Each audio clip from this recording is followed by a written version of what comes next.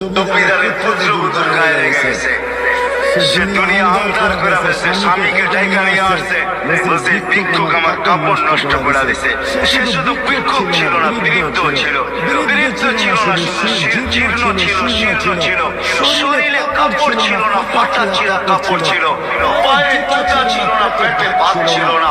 জমিদারের পুত্র সইতে পারে নাই, যৌবনী শক্তি সয় কি কইরা তার স্ত্রীর গায়ে ভিক্ষুকের দাদা বস সমগ্র শক্তিকে হাতে জমা করা একত্র করে বৃদ্ধের গালে বসায়। বৃদ্ধ কিচ্ছু বলে নাই, শুধু উপরের দিকে তাকায় দুই তিনটা শব্দ উচ্চারণ করছেন।